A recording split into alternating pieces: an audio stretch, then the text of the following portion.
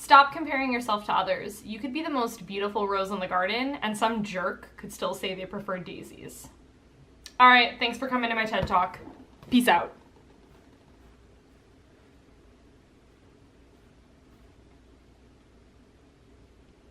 You're still here. What, you expected more? That was it. That's all I was gonna say for this video. Who got my Deadpool reference? So, I was driving home the other day, and I don't know, I've been in like a creative, pretty creative mindset, I would say, with like coming up with new ideas and like things I really wanting to talk about in the future for videos.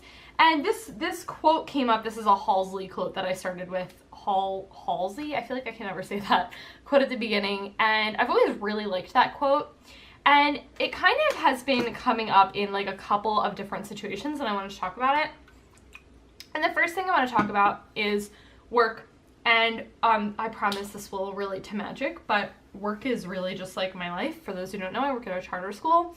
And I get in instances where I'm at work, and you know, the thing that's kind of really cool about teaching is that everyone has like their own different style. And it can be really easy because I follow teachers around all day. Like, I'm with the same group of kids all day. I follow them to like every one of their classes, so I'm with them in math and science and all the subjects and all that kind of stuff. And it's really, really cool that I get the chance to be with them in all the subjects. I really get to know my kids. And so it's really easy to look at all the different teaching styles. That's one advantage that I really like about the role that I'm currently in. And it can be really easy to get into like a sinking mindset, a sinking mentality where you like look at all these teachers and you're like, whoa, like I am nowhere near at that level, and you feel like you just compare yourself to others. And it is a really negative thing to do because I have my own unique way of handling, you know, this situation. I have my own unique way of handling like kids and like all that kind of stuff. So it's easy to sink into that, but I try my best to like get out of that whenever I fall into that, and I'm like, listen, like I have my own way of doing things. There's no need for me to be compared to like these other people. And relating this to magic now, it can be really easy to point and be like, hey, I want to compare myself to someone. Like, I have been stepping away from competitive magic, which I talked about in like my Real Talk Magic and Me.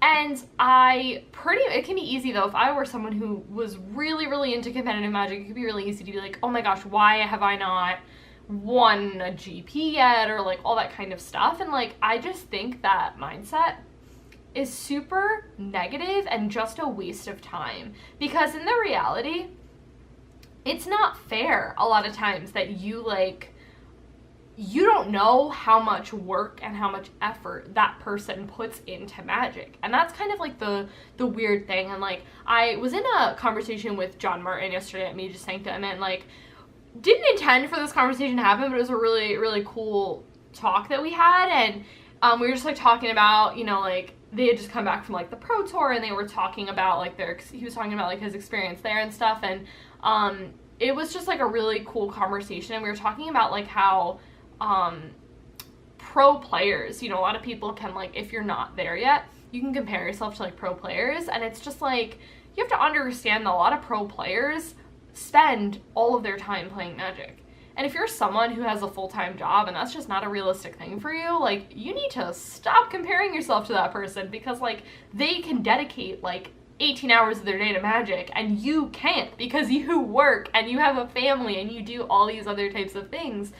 And I really love the Game podcast a lot with Jerry Thompson and Brian Gottlieb, and it's really interesting hearing both of their perspectives, because Jerry has, you know, like won all these awesome things and like done all these like really cool things, and so like Brian's done all these other things, but like when they talk, it's such a clear difference when you can hear how like Jerry just like embodies the game, right? And he just like plays it all the time, and like Brian is always like, hey, like, you know, I have this other event that I'm doing this week, and like non-magic related event this week, and it's just really interesting to hear like the two of them. If you're not listening to their podcast, by the way, I totally recommend it. Also, Brian with Jonathan Carter started the Head Games podcast, and it is literal fire. It is amazing. It talks about psychology and in just performance in general, not even just like Magic, like, which I love because, like I said, I have really stepped away from competitive Magic and it's really awesome. Anyways, that was a tangent, but it's really interesting listening to the two of them because they're so different in how they approach the game, and it's just that, like, shows that you can have two different, you know, you have different people, I would say, in the competitive types of scene. We have people who just consume Magic, and they are Magic, and they spend all their time doing it, and then you have someone like that's Jerry, and then you have like Brian, who's like, I do these other things in my life, and Magic is a huge part of my life, but I don't know, it's kind of like, I don't know if that like makes sense, but that's just like an observation that I've noticed, that, you know, when they both like talk about the game and stuff like that, it just seems like to be a really interesting thing. So I'm just gonna kind of like lay another quote on you because I don't know, I'm in a really like inspirational mood. I don't know. I really like this one. I don't know who this is by, but a flower does not think of competing to the flower next to it. It just blooms, and I really like that. And I think it's all about like what I'm really trying to get at, like my focus in this is just saying that like you are your own person. You dedicate X amount of hours into the game, as many or as little like as you want. And I think another thing too that I'm realizing is it's so like, and I talked about this in my Magic and Me video, like if you're someone who like you want to get into competitive Magic, or you're like in it and you're just like, this is like a lot, it's a lot of work and it's a lot of dedication and I'm not sure, it's okay. It's okay to not go to every GP and every whatever. Like, I think it's like this mentality where it's like, if you don't do all those things, like you're not going to achieve the goal. And I do agree in some sense, like if you're going to go to like, if you really want it, if you want to go into high stages of competitive Magic and do all these things, like, yes, I do think you need to like dedicate your life to it. But I always look at it where like the time, there's 24 hours in a day. How are you spending your 24 hours? And that's different for everyone. Everyone's schedule looks totally different. And I don't want to spend my free time all the time playing Magic. That's just not who I am. Like, my job is my life. Like, being a teacher, that is my whole world. And like, that is okay. And that's what I've chosen. Like, that's the thing that I want to do. And for some people that's Magic, and I think that's awesome. That's not who I am though, and I don't think that's ever gonna be me. And I really can't see myself dropping my life so that I can pursue this thing that I don't even honestly think I'm that good. And I feel like I'm not saying that to get like sympathy or anything. I'm just saying like I don't put in the work. I am so sorry. I think a salesman was ringing at our doorbell, and they rung like 3 times in a row. It was a very strange occurrence, but we didn't answer the door because they looked really sketchy. Anyways, so I honestly don't remember what I was talking about, if we're just gonna be real. But yeah, I just think like, I think I was talking about like time and like your day and all that kind of stuff, and I just really want to like hit home that like wherever you are in your Magic journey, or whatever we're calling it, adventure, like it's okay. Like, it's okay to be like, I'm gonna miss a GP to hang out with my friends or go to a wedding or like any of that kind of stuff. Like, I think there's this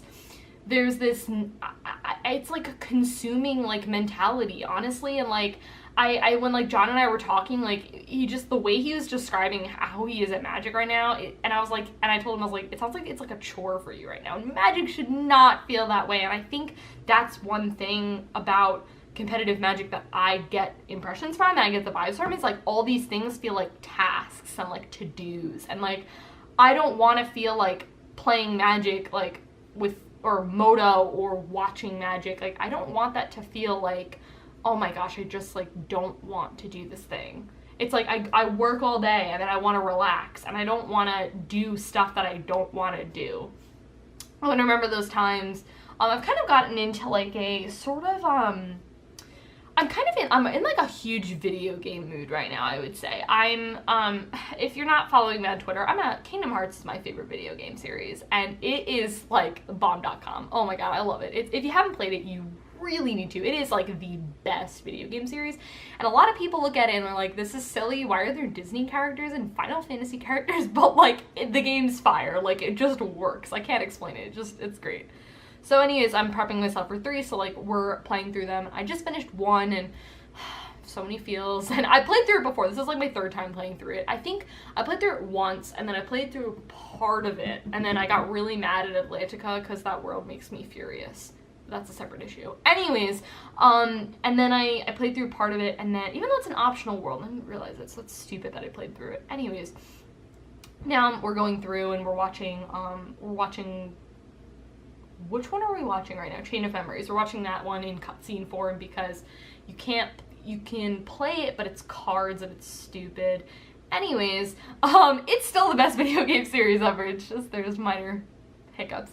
So I'm playing through that, and then after I kind of go through that, I'm like, I don't know, it's just like what I really like to do right now is I really like to play video games, and it's just relaxing for me. It's definitely like I don't want to even say like a de-stressor, because I honestly feel like I've been in a really good place, like anxiety-wise and like health-wise, mental health-wise, and I've been really doing well, and I feel like when I've gotten in times like of frustration and anxiety with Magic, that's not good, and I don't want to go there. And so I don't want to feel like that way, because I feel so much pressure when I play, and it really isn't an external thing, it's totally internal, and it is all me, and I don't want to feel like that. I don't want to feel like it's an obligation, because like Magic should be fun, and I feel like for people who view it as a chore, like, I'm sorry, it's not supposed to feel that way. And I really hope that for people who do step out of it or take breaks, like, I think that's a totally acceptable thing to do, is if you're someone who plays and you're like, it is just too much, like, I just can't do this, it's okay to like take months off at a time and be like, I just need time to focus on other things, you know? Like, I don't want to be gone every weekend. I really enjoy my time at home, and I really want to do that. I don't want to be in a different state ever. I mean, like, listen, I want to travel, but like, I feel like at that point, like, I feel like I really treasure travel a lot. Like, I think it is something that I don't get to do very frequently. So like, when I do, it's very, very special. And also money. It's a very expensive hobby to do traveling and to tweak your deck all the time and all that stuff. So I'm kind of at a place where I'm gonna sell a lot of modern cards. I am not selling my blue-white control deck, and something is just keeping me from it. And I honestly don't think I will. I don't know. I can't explain why I'm keeping it. I don't really know. I'm gonna sell other pieces. Like, I held on to decks because I think I told you guys months ago that I was trying to collect a box of modern cards, and I was gonna try to like collect, so I had a lot of different modern decks on hand. However, I really just don't see myself playing, if I do get back to it, I don't see myself playing anything other than control. Like, that's just where I think I'm gonna be. And so I'm just gonna get rid of pieces, because it's just too much. It's like too much that I don't need, and I'd rather just EDH. EDH is my format. It's always my go-to format. Like, even when I was playing Modern, I was like, EDH is a better format. Like, it's just so much fun, and I have such a great time, and like, that's, you know, like, I kind of have like friends that are in Modern, but then I have friends who are in EDH, and it's like, I always gravitate towards EDH. It's always like made my favorite thing, and that is a total like de-stressor for me. That is really like where I feel totally comfortable and totally at home. So pretty much I still want to do videos talking about the format. I'm still videos like this where I just talk about the competitive scene in general, but let me know if you guys want more videos like this that are kind of talking about like the mental aspect of the game. And I guess my takeaway for you guys is just really, if you need to take a break, it's okay, and just stop comparing yourself to other people. It's just a waste of energy. It's really, like, you have only so much sort of mental energy, and you don't want to waste it on like that sort of negative thing. So I want to talk also about a couple of other like cool little things. So like I said, work at a charter school, and we have a really cool culture at my school that I'm really proud of and I really love. And one kind of phrase that I really feel like I am embodying right now is the phrase "be better tomorrow." It's actually going to be my next tattoo, which I was in a conversation with Kevin, who works at Major Sanctum, and I was like, hey, like, I want to get this tattoo, but I don't know, like, I want to get like an art with it. Like, I don't just want to get words, because I have like this other one. I don't know if you could see that. It says "Every Beautiful Rejection." I got this back in June, And I was like, I want to get like a picture with it. And then he was like, why don't you get like a book that's like flipping over pages? And I was like, that's beautiful. So I'm gonna get the words "Be Better Tomorrow," I think on my shoulder or something. And I kind of want it a little big because I think it's gonna be cool. But anyways, that's been the phrase that I really feel like I've been embodying lately, that like, hey, I'm not where I need to be today, but it's okay because I'm gonna work on this and be better tomorrow. And like, we talk a lot about like growth mindset like at the school, that like it's okay, like you didn't do it right the first time, let's like try to work towards it. Even the second time you may not do it right, and that's okay, like do it again and again. That can totally relate to magic, absolutely.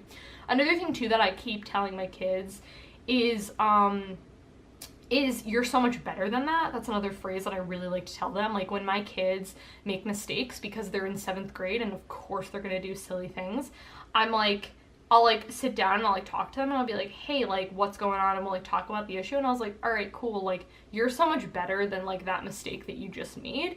And it's like such a cool like enforcement thing to like remind the kid that like the bar, like the standard is like up here and they were like performing down here, and like, okay, we need to like get you like, so we're matching that level because you're so much better than that moment.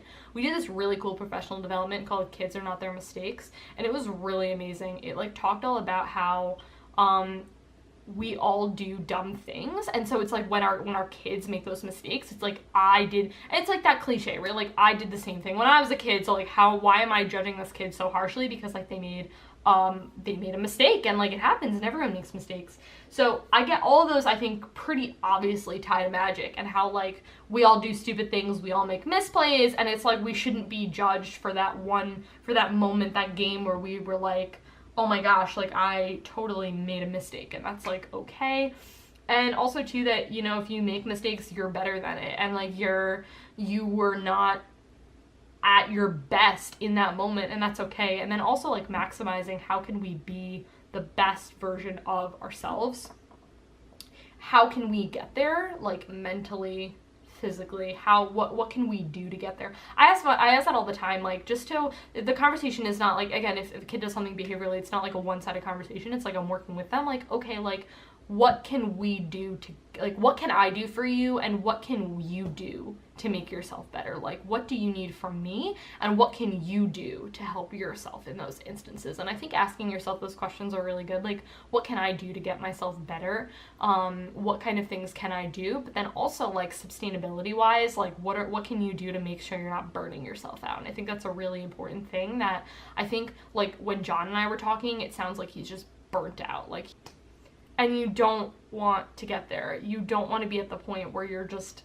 done. That is not a good place that you want to be. So, okay, that was a lot of information. I feel like I started with one topic and then we talked about 20. That usually happens in real talks, but I really hope you guys liked this video. Please let me know what you thought in the comments down below. And yeah, I'll catch you guys later. Bye.